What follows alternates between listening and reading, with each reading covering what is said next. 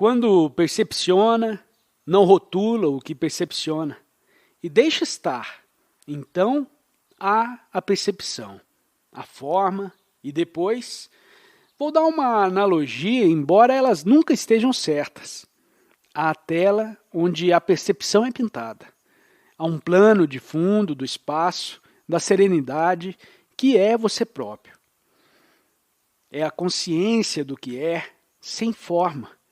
Não a condição consciente das formas que se formam na mente, os pensamentos que também estão lá, mas apenas ser capaz de sentir o que está subjacente a tudo o que percepciona, ou sinta, ou pense. Goethe, no início do século XX, lhe chamou a memória de si. Pode ser mal interpretado se tiver a pensar: ok, me deixe lembrar quem sou eu. Ei, me chamo fulano. Não, ele não quis dizer lembrar, nem mesmo lembrar. As palavras nunca estão corretas. Conhecer aquele que conhece. Conhecer aquele que conhece isto. Digamos que sonha e depois acorda afirmando que o sonho não foi real. É claro que não foi totalmente real, porque algo que emergiu das formas do sonho deve ter estado lá para garantir que essas formas existissem. Deve ter havido uma consciência na qual o sonho se desenrolou. Por outras palavras, deve ter havido um sonhador do sonho. A consciência na qual ele aconteceu. Essa é a dimensão intemporal e da não-forma, sem a qual as formas não existiriam. Neste contexto, a nossa existência é mais como um sonho, porque, tal como num sonho, tudo se dissolve muito rapidamente. Cada situação, tudo.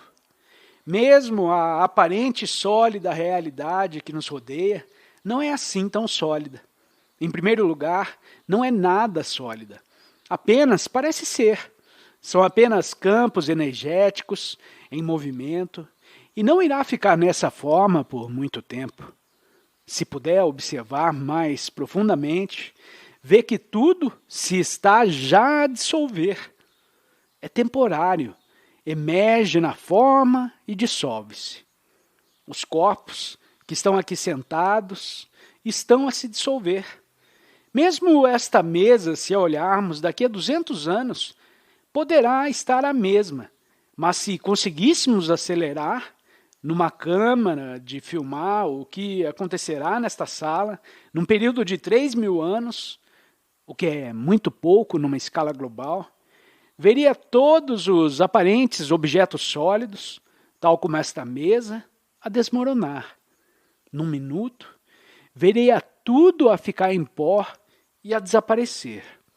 Seria uma coisa chocante e libertadora. Ao mesmo tempo, poder ver um filme desses demonstrando o que realmente está a acontecer ao aparente sólido mundo que o rodeia.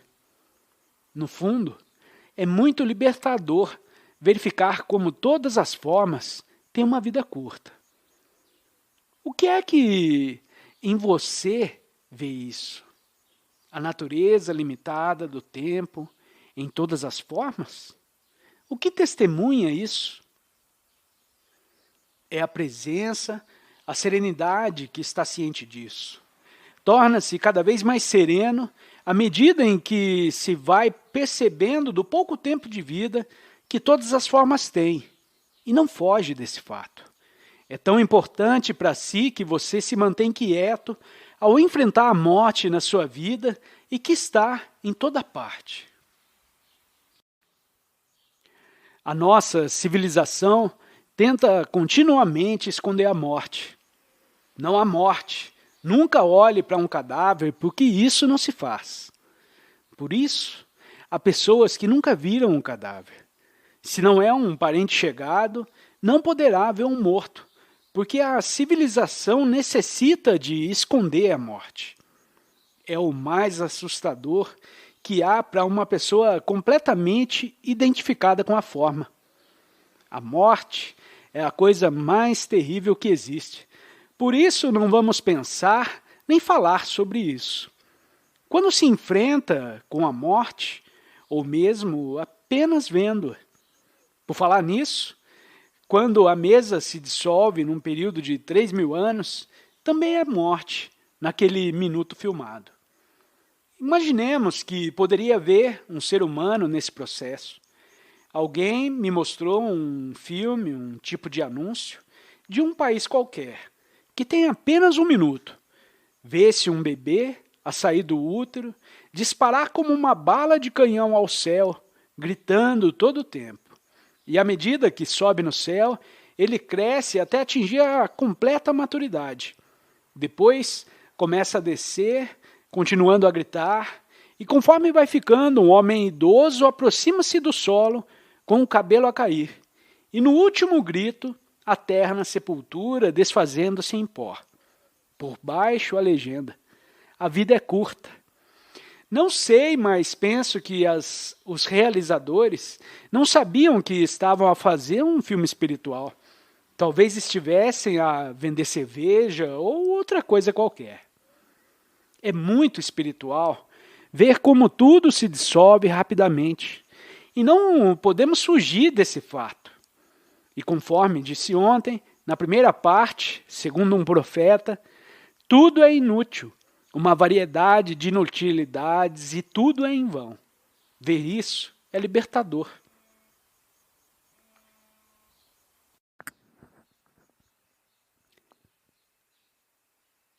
Se tudo fosse permanente, o que é o mesmo que dizer se todo mundo fosse azul, não haveria cor azul, porque não conseguiríamos diferenciá-la. Assim, se tudo fosse impermanente, não saberíamos sequer, porque só podemos saber se houver algo diferente. Lhes entrego isso só para considerarem, não pensar, mas apenas considerar, que há algo em vocês que reconhece esta natureza impermanente nas coisas, nas formas da vida. Esse algo é a não-forma. Quanto mais ficar ciente da impermanência de todas as formas de vida, mais estará ciente da não-forma dentro de si. Porém, você e a forma e a não-forma são apenas um. Quando estamos a dizer que estamos cientes da não-forma, estamos a cometer um pequeno erro, criado pela linguagem.